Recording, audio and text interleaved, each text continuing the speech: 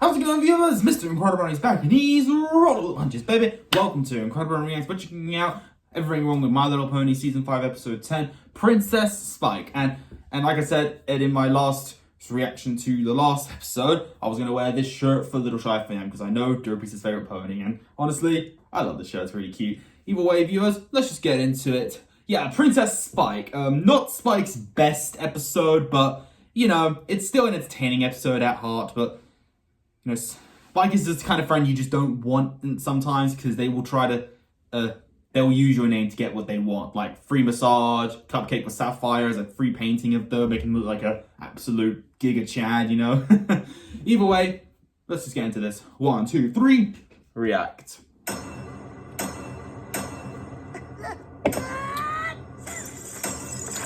Here's some tights. All could have been prevented. Princess Cadance will dedicate this beautiful friendship statue. But I'm gonna steal her glory and perform the reveal here and now. Hasbro, that's not very princess-like. Tilt shift effect makes Castle look as small as the toy. Spike getting hit by a door cliche. I like that cliche. Twilight always arrives at home after attending one of her princess parties. Can I count on you to... Cadance's misplaced trust in Spike is one of the show's more confusing recurring themes.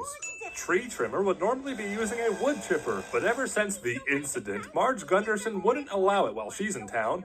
This is the only tree that's not swaying, because otherwise it would be more difficult to animate Spike standing on it. How inconvenient that Canterlot is suddenly full of Chekhov's sneeze trees that specifically affect dragons on the same day the only dragon in Canterlot has... Where do they come from? So many situations. Jackhammer operated by magic is both efficient and racist. Also, Worker randomly jackhammers next to a broken water main that should have been shut off long ago.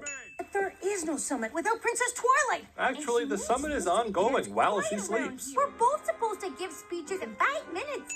If something happens, it ain't my fault! r/malicious compliance, the episode. Spike then spent the rest of the day crawling back up the stairs. Princess Spike. Roll Roll credits. credits. Yes! Marge He said my wears thing. winter clothing to match her film character, despite it being inappropriate attire. Inappropriate for the season, of course, but also for not wearing pants. What am I supposed to do? That's the best Someone kind of else in the outfit. chain of command? Another princess, maybe? Instead, Spike's first response is to lie his way through things, because he is terrible. Sure be ashamed to see something like a scheduling issue create a nasty old rift between Minneapolis and Ponyville. Why Ponyville, though? The other delegate is from Manhattan, and the event is hosted by Canterlot. Twilight's not the princess of Ponyville, but even if she was, this is a summit matter that has nothing to do with the small farm town. Did Spike find a way to reschedule the meetings off-screen, or were they scheduled to meet while Twilight was sleeping and Spike had to go in her stead anyway? You're supposed to cross your fingers while telling the lie, not shortly after. Spike can't even lie right. Also, Dang. Spike is kind of terrible. But it's not like anything bad happened. Do you think A, the episode ends here? B, something good happens? Or C, something bad happens? All of the above. Oh, never mind. The Rube Goldberg series of disasters isn't even Spike's fault. Spike simply asked these players to move their game somewhere else, and he had nothing to do with this horrible shot. Likewise, the water main should have also been turned off long ago, so that's also not Spike's fault. True. The bottom of this tree disappears. You get rid of the water. Cadance, now is not the time for jokes. It's funny because Spike What are is you talking useless. about? No, wait, that's not funny at all. Cadance stands in the road to watch the castle fill up with water the entire time this scene with Spike plays out. Meanwhile, at the other side of town, a massive water hammer wreaks havoc. Spike has 8 whole seconds to decide not to sneeze on the statue, but he does so anyway. Could've just turned your head. Fancy Pants already knew about the water main and untrimmed trees, meaning he's partially responsible for not acting on this information before disaster broke out. Either that, or he just needed to know this to wrap up the episode. This all could have been prevented. I'm so True. sorry all this happened. People who do bad things in bad faith, then apologize only when it blows up in their face, are the worst kind of people. True. Let Princess Twilight give Canterlot a bad name in the eyes of Equestrian. Now, let's form a lynch mob and literally storm her castle to restore our good name. Looks like Spike could have used the accessibility handrail all along. Twilight interrupts Spike's attempt to end it all. I have good intentions. Spike's If only he good had intentions wings. paved Oh, the road wait. to Tartarus. just felt so good to have ponies caring about my opinions. Equestria's doomed if social media is ever invented. They're standing Well, here in front of in the Generation stage 5 one there's social and media, the next so- they're on the stage and in front of a much larger crowd. Spike's attempt to put it back together utterly fails, even though he's not doing anything differently than the ponies, and he actually has fingers. The universe just hates Spike that much. You know, the whole idea of the statue, when each of us plays our own small part, it adds up to something grand. This episode isn't about Spike at all. It's about the statue. Spike was merely the unstable catalyst, which brought back focus to the statue's meaning.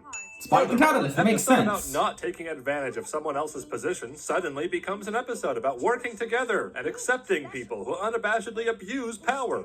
Spike was forgiven by every pony, except for this guy who gives a flower called Dragon Sneeze to a dragon. Since it wasn't really Spike's fault so many things went wrong, and he was never reprimanded for his horrible actions, and the lesson in the end had nothing to do with him anyway. What was this episode even about? So true. It's one of those episodes where you just don't understand if you should watch it again. It's just that forgettable. Oh, I need the candle. But it's not like anything bad happened. Happy Gilmore? Oh. Yeah, To every pony who plays their part, no matter how big or how small. you know what? Could have all been prevented. Yeah. What was the point of that episode, really? My gosh, the lighting is so bad here, I look so bright. Yeah, viewers, that's about that, really. I know these two videos aren't going to be the most viewed, but I don't care if this is my channel, because guess what? The next couple of videos are going to be well viewed, because they're all, spoiler alert, object show related. Either way, viewers, love you all, and I shall see you all in the next video. If you enjoyed this particular one, leave a like on it. Don't forget to subscribe if you're interested. Follow me on Instagram, and until then, stay positive, keep calm, stay safe, be incredible, and as always, Brony on.